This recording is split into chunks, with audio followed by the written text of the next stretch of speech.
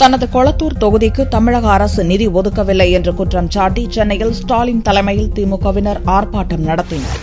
தன்னை எம்எல்ஏவாக தேர்வு செய்த கொளத்தூர் தொகுதி மக்களின் அடிப்படை வசதிக்கு தமிழக அரசு சரியான நிதி ஒதுக்கீடு செய்யவில்லை என்று குற்றம் சாட்டி திமுக பொருளாளர் ஸ்டாலின் சென்னை அயனாவரம் மாநகராட்சி மண்டல அலுவலகம் அருகே ஆர்ப்பாட்டம் நடத்தினார். அப்போது தனது தொகுதி மக்களுக்கு 6 கோடி ரூபாய் மதிப்பிலான திட்டங்கள் அனுமதிக்கப்பட்டு அவற்றுக்கு தமிழக அரசு 1 கோடி ரூபாய் மட்டுமே ஒதுக்கியுள்ளதாக ஸ்டாலின் குற்றம் சாட்டினார்.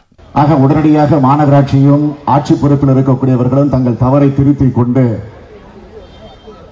அவர்கள் மக்கள் பிரச்சனையில் உடனடியாக ஈடுபட வேண்டும் என்று அறிவுறுத்துவதற்காக இந்த ஆர்ப்பாட்டத்தை கொளத்தூர் தொகுதியின் சார்பில், கொளத்தூர் தொகுதி மக்களின் சார்பில் இந்த நிகழ்ச்சி ஏற்பாடு செய்யப்பட்டிருக்கிறது. சுகாதாரத்துக்கு சென்னை மாநகராட்சி முக்கியத்துவம் அளிக்கவில்லை என்று கூறிய ஸ்டாலின் தமிழகத்தில் சட்டம் ஒழுங்கு சீர்குலைந்துள்ளதாகவும் குற்றம் சாட்டினார்.